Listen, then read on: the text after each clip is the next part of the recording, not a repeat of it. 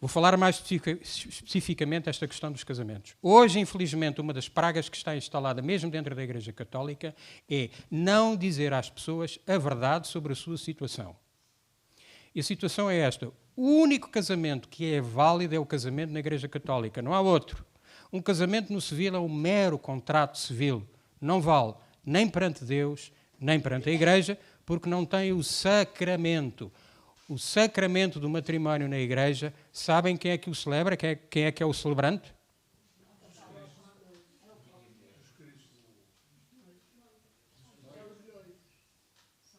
São as vítimas. São as vítimas. Coitadinhos, não sabem para o que vão. É o noivo e a noiva.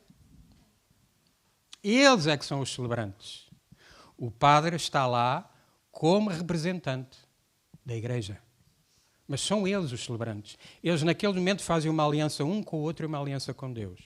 E recebem um sacramento, que é uma coisa sagrada, e recebem do alto a força do Espírito Santo, que é um conceito vago que as pessoas hoje em dia, obviamente, como estão muito materializadas, dizemos o que é isso da graça, o efeito da graça e o Espírito Santo. Eu não vejo, não existe.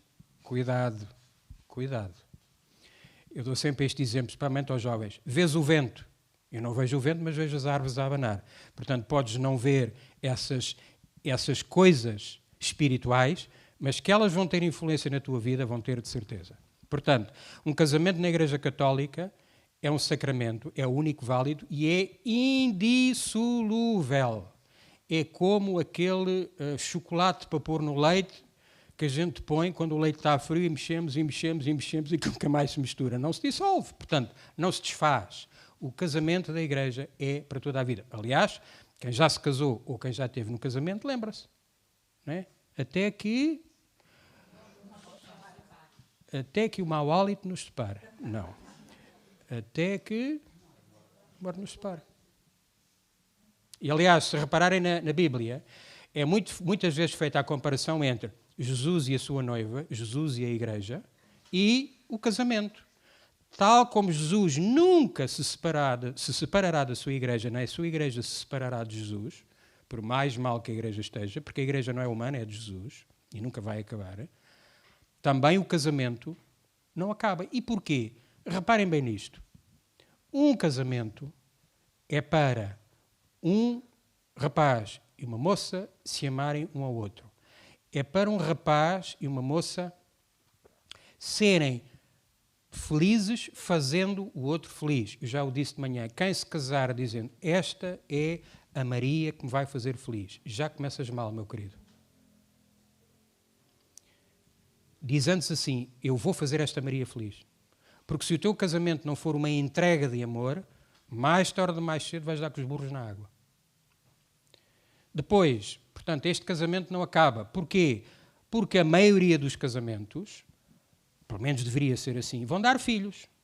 E um filho precisa do pai e da mãe. Um filho precisa do amor do pai e da mãe. O filho precisa ter uma família. E aquilo não é para se desfazer. Oh, Sr. Arnaldo, eu tenho uma vantagem porque eu não sou padre. Portanto, eu sou casado. E sei bem o que é que custa levar um casamento.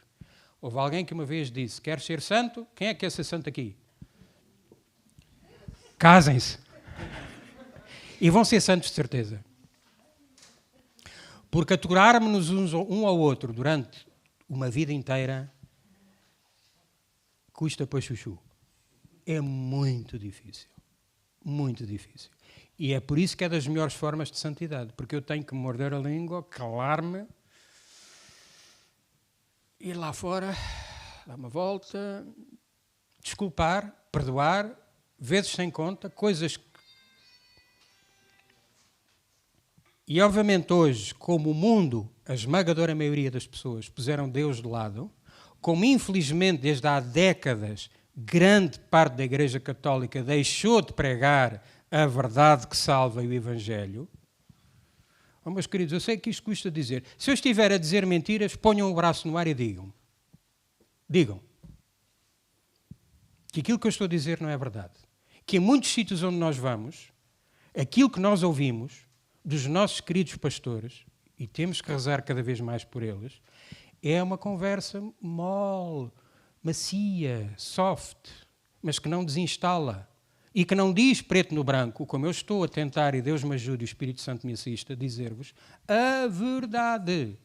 O meu marido fugiu com uma senhora e deixou-me sozinha com 2 filhos. E eu, como não quero, e como as minhas amigas já me disseram, ai, querida, tu és tão novinha, tens direito a ser feliz, refaz a tua vida.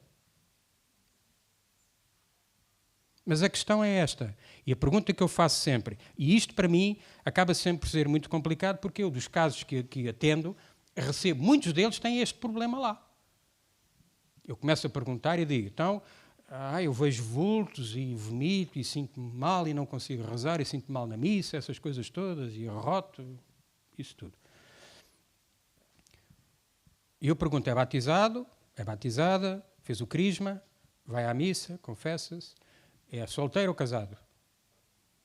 Eu casei pela igreja, mas a minha mulher fugiu com o melhor amigo e eu, entretanto, lá no meu trabalho, há lá uma colega minha, que é impecável, a gente entende-se e, portanto, estamos juntos há 10 anos. E eu tenho que dizer, e isto custa-me, tenho que dizer, então, mas meu amigo João, e o seu casamento teve processo de nulidade? Não, o meu casamento não foi anulado, não é anulado. O casamento católico nunca é anulado. Ele pode ser dado como nulo. O que é que isto quer dizer? Que à data daquele casamento, as circunstâncias de base que serviriam para que esse casamento fosse válido não existiam. Portanto, imaginem que na noite de núpcias a mulher, porque ela já é mulher casada, prepara-se toda muito bem, põe-se na cama à espera dele para consumarem o casamento, que é uma coisa linda, sublime. E o rapaz diz que está cansado, tem sono, foi um dia muito comprido e está cansado e não consuma o casamento, não tem o ato sexual. E na segunda noite a mesma coisa, na terceira noite a mesma coisa, essa altura diz, mas olha lá, eu sou feia, eu sou assim tão feia, alguma coisa de errado comigo. E ele diz, não, é que sabes que eu gosto de homens, sou homossexual. Então, mas porquê que casaste comigo? Por uma questão social. Portanto, isto nunca pode ser válido, é nulo, porque foi baseado numa mentira. Ou porque ela nunca lhe disse que não queria ter filhos. Ou porque ele já tinha outra no dia do casamento, tinha outra já, portanto ele nunca teve a reta intenção de ser fiel àquele casamento. Portanto, nestes casos, mas estas são as exceções. Tirando isto, é por isso que eu muitas vezes tenho que perguntar, mas, meu querido, alguém lhe apontou, o pai dela pôs-lhe uma caçadeira nas costas e obrigou a você a ir casar a entrar na igreja? Não, você casou porque quis, não foi? E vocês gostavam do outro? Sim. E têm filhos? Sim. E quanto tempo tiveram casados? 20 anos. E depois? Depois eu fartei-me dela. E Deus não tem culpa dos nossos disparates. E a questão que eu ponho sempre é esta. Ser cristão, ser católico, ganhar o céu é fácil? Não é, meus queridos, não é. Ser santo não é fácil. Mas o prémio que nós temos é bom demais, como dizem os nossos amigos brasileiros. É a vida eterna, que comparado com os 70, 80, 90 anos que nós vivemos aqui, que são amendoins, peanuts, não valem nada, é um grão de areia, com a eternidade que não acaba. Isto é um conceito que para nós até é difícil da gente perceber. Uma coisa é eterna, mas tudo o que eu conheço na vida, as plantas acabam, até a terra vai-se mexendo, tudo, até às vezes os edifícios, não é? Começam a desfazer-se, tudo acaba. Agora, eu tenho uma vida, quer dizer, eu vou viver para sempre, eterno. Este é o prémio que nós temos. Em que não há, para já há uma coisa que não há que é maravilhosa, não há impostos. Não há IRS para pagar, não há IMI, não há doença. E estamos perante o nosso Criador, glorioso, em puro amor. Para sempre.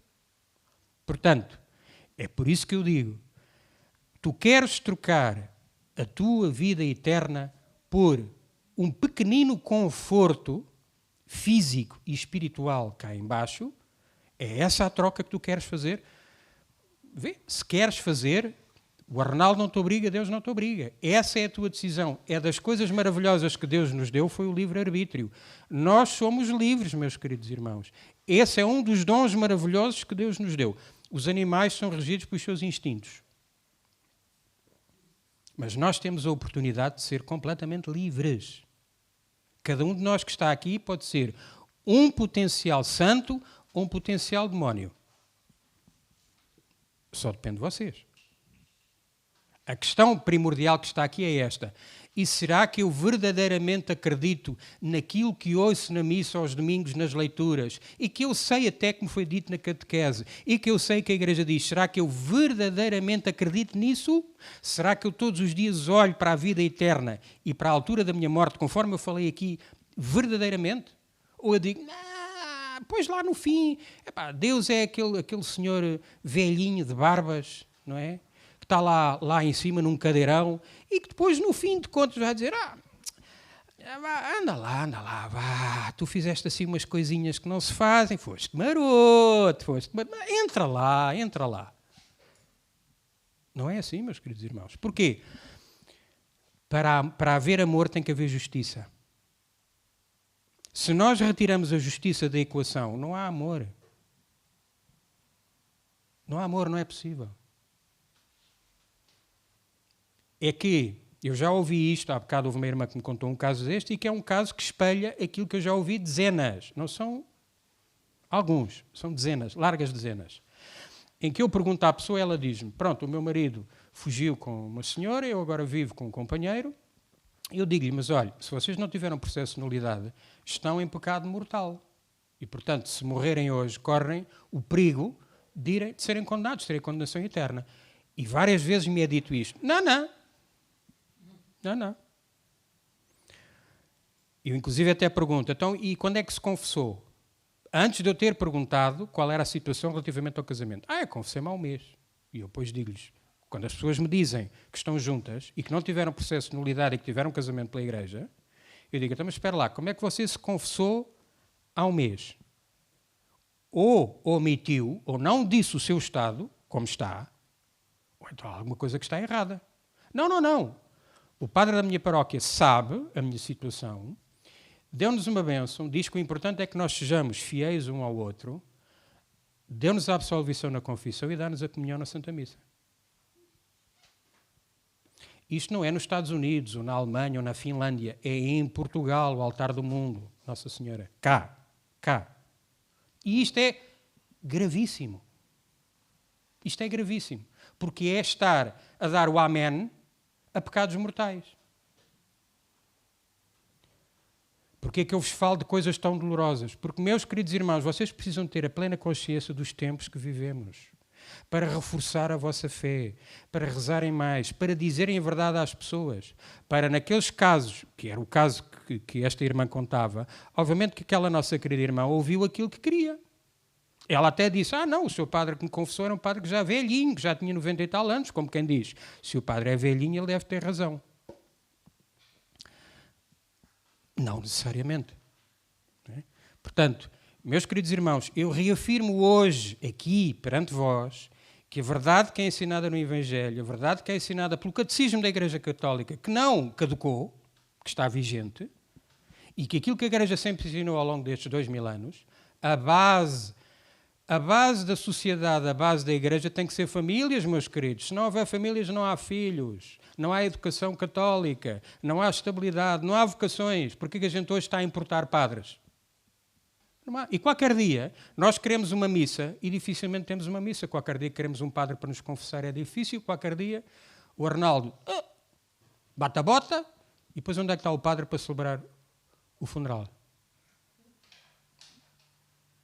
É assim, meus queridos. Portanto, tenham consciência que os tempos que nós vivemos são tempos de profunda mudança, em que em muitos setores da Igreja, custa-me isto dizer, estão mais preocupados com a ecologia, com o diálogo interreligioso, com o ecumenismo, com coisas, muitas delas, ou são acessórias, ou têm muito pouco a ver com o fulcro, com o mandamento, ide e proclamai, batizai em nome do Pai, do Filho e do Espírito Santo. A Igreja não nasceu para salvar latas de Fanta ou de Coca-Cola, o que seja. Não é para isso que a Igreja existe. Nem é para juntar as religiões todas. Nunca foi, nem é. A Igreja existe para anunciar Nosso Senhor Jesus Cristo, Deus, o Filho de Deus Pai, Deus como Ele, Salvador do mundo, que deu a vida por nós, que nos trouxe a verdade, não uma das verdades, a verdade e o único caminho que leva à verdade que me leva ao céu. Não há outro. Isto é que a igreja tem que dizer. E é isto que eu proclamo hoje perante vós. Esta é a verdade.